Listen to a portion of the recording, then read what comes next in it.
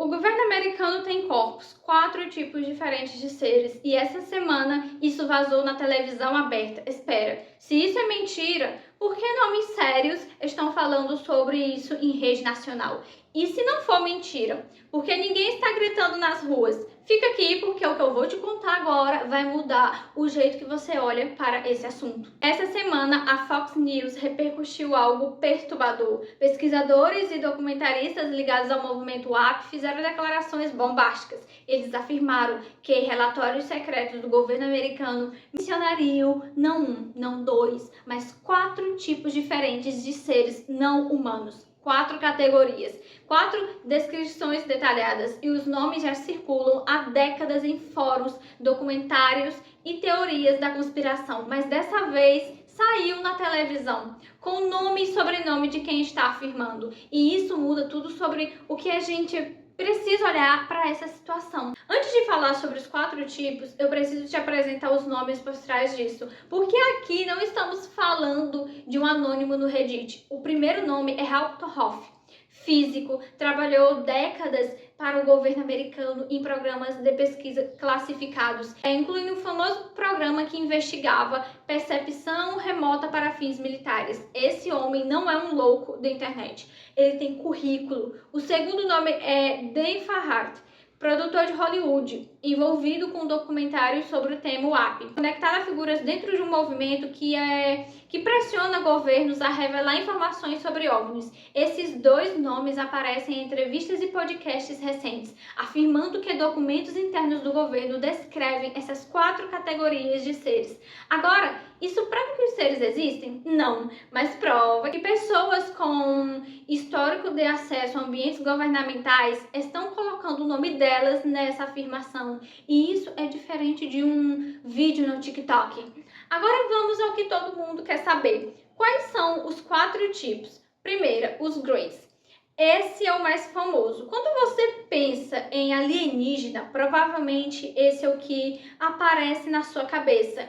Pequenos, pele cinza, cabeça grande, olhos enormes, escuros, sem pupila visível, sem nariz proeminente, a boca quase inexistente. Os Greys aparecem em relatos de abdução desde os anos 60.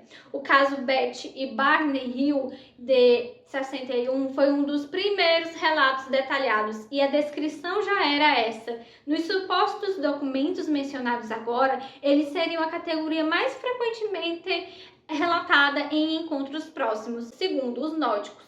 Esse é o mais perturbador de um jeito diferente, porque eles parecem humanos, altos, loiros, olhos claros, feições simétricas e quase perfeitas, praticamente indistinguíveis de um ser humano comum, se você os visse na rua. Os relatos sobre os nórdicos geralmente os descrevem como benevolentes, comunicativos, às vezes até protetores. E aqui entra uma questão que me deixa desconfortável. Se existe uma categoria de ser que parece humano e se mistura com humanos, como você saberia identificar um? Não estou dizendo que isso é real, estou dizendo que essa é a lógica que essa narrativa constrói, e ela é eficiente. Terceiro, os reptilianos. Esse é o que a teoria da conspiração mais explorou ao longo dos anos, e justamente por isso é o mais difícil de levar a sério sem contexto. Seres reptilianos, escamas, olhos com pupila vertical, estrutura bípede, mas claramente não humana. Os reptilianos aparecem em mitologias antigas de culturas que nunca tiveram contato entre si. Sumérios, maias, hindus. Todos têm representações de seres reptilianos com inteligência e poder. Coincidência, memória coletiva ou algo que sempre esteve aqui? Dentro do movimento WAP, os reptilianos são descritos nos supostos documentos como os mais agressivos, menos cooperativos com humanos, e segundo alguns relatos, com agenda própria aqui na Terra. 4. Os insectoides.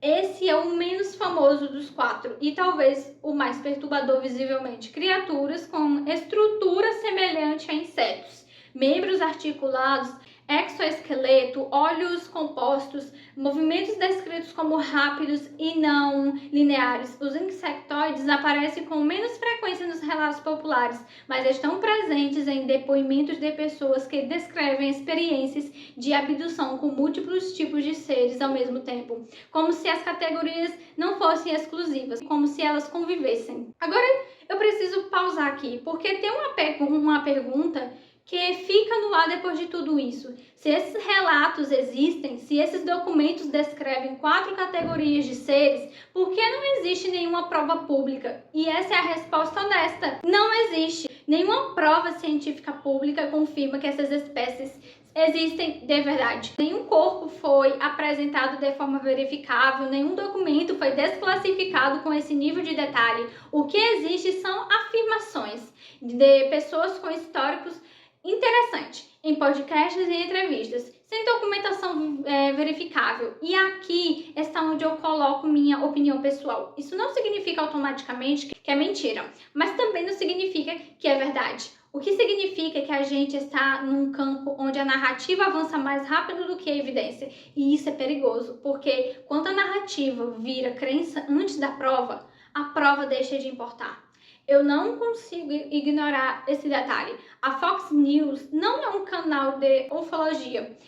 É um dos maiores canais de notícias dos Estados Unidos, com audiência de dezenas de milhões de pessoas. Então, quando programas ligados à Fox repercutem essas declarações, a pergunta que eu faço é: por que agora? Pode ser que esse movimento ganhou tração suficiente para entrar no mainstream. O Congresso americano realizou audiências sobre o APS nos últimos anos. Militares americanos confirmaram publicamente que existem fenômenos aéreos não identificados que eles não conseguem explicar. Isso é real, isso está documentado. Então, o terreno foi preparado, a audiência está receptiva e agora vem as afirmações mais extremas. Os 4 tipos, os corpos, os documentos secretos, pode ser legítimo, pode ser exploração de audiência, pode ser as duas coisas ao mesmo tempo. O que eu sei é que quando um assunto desse nível entra na Fox News, algo mudou na conversa.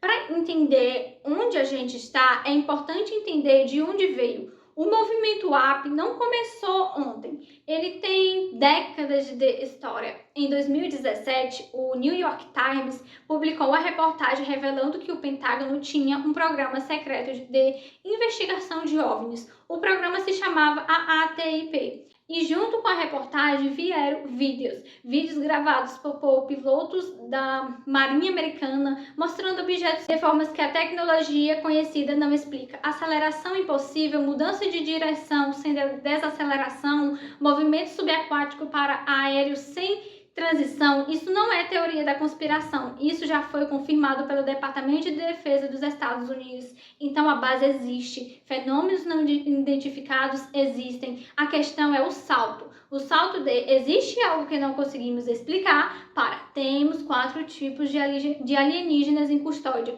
Esse salto ainda não foi provado e é exatamente nesse espaço que vivem as afirmações da semana.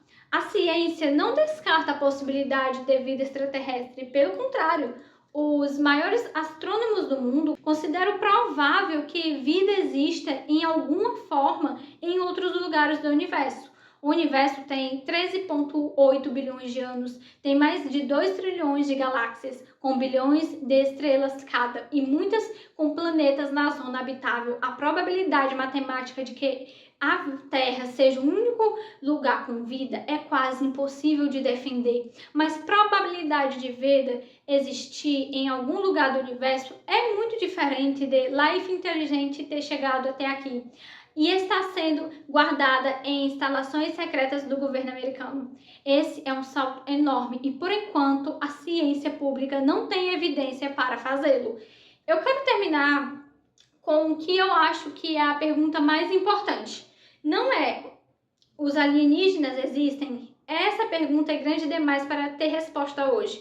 A pergunta mais importante é: por que essa narrativa está crescendo agora? Por que nomes com um histórico governamental estão falando publicamente? Por que o Congresso americano está realizando audiências? Por que a imprensa mainstream está repercutindo? Algo está mudando na conversa oficial sobre esse assunto. Pode ser que estamos nos aproximando de uma revelação real, pode ser que estamos sendo preparados para uma narrativa que serve a outros interesses. Pode ser que a verdade esteja em algum lugar no meio. O que eu sei com certeza é o seguinte: você merece acompanhar esse assunto com curiosidade, mas sem abrir mão do pensamento crítico. Acreditar sem prova é fé. Acreditar sem investigar é preguiça. O caminho do meio é o mais difícil e é o único que leva a algum lugar. Continua acompanhando, porque esse assunto está longe de terminar.